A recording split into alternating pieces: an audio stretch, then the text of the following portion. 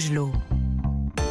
6h52 tous les jours, vous le savez, dans votre matinale de l'été, le conseil lecture en partenariat avec la librairie Mola à Bordeaux. Et bonjour Stéphane Place. Bonjour Lionel, bonjour à tous. Alors aujourd'hui, le livre d'un écrivain qui fut un grand reporter. Il s'agit de Sorge Chalandon, un auteur qui a beaucoup écrit, Stéphane, sur la trahison, la relation du fils à son père. Et c'est vrai, dans son dernier roman, Enfant de salaud, Stéphane.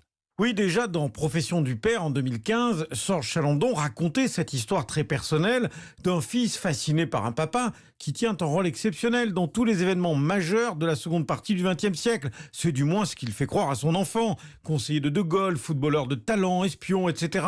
Un père qui aurait donc enchaîné les exploits. Là, le petit garçon de 10 ans, convaincu du passé glorieux de résistant de son géniteur, déclenche la colère de son grand-père, qui s'emporte. Il lâche ses phrases terribles. « Ton père portait l'uniforme allemand, tu es un enfant de salaud ».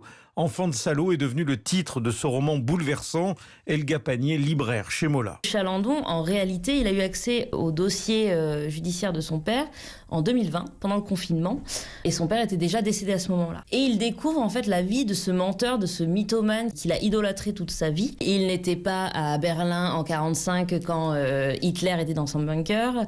Il était en prison. Et Chalandon a l'idée de ce roman de dire « Je vais confronter mon père pendant le procès Barbie à Lyon », parce qu'en plus, ils étaient de Lyon, et il va confronter son père pendant le procès avec ce dossier judiciaire, lui dire « Je sais que tu as menti, je sais que tu m'as trahi ». Torturé depuis des années par la phrase terrible du grand-père, le narrateur explore donc la réalité d'un passé paternel contenu dans ses procès-verbaux, dans ses archives. Écriture directe, phrase courte. Impossible de lâcher le roman de Sorge Chalandon. Mon grand-père qui me disait que j'étais un enfant de salaud et mon père qui disait que c'était un enfant de héros. J'ai peur de tomber sur un collabo et en fait je tombe sur un caméléon. Chaque fois qu'il rencontre un uniforme, il le prend et chaque fois il déserte lorsqu'il aurait pu peut-être y rester ou pas, mais en tout cas, il n'y a aucune conscience militaire, aucune conscience politique. Quand j'ai lu ce dossier, je me suis dit, mais en fait, c'est un enfant. La guerre d'un enfant de 18 ans à 22 ans, où il a porté tous les uniformes, où il a adhéré à toutes les idéologies sans en avoir aucune. Il a réussi à berner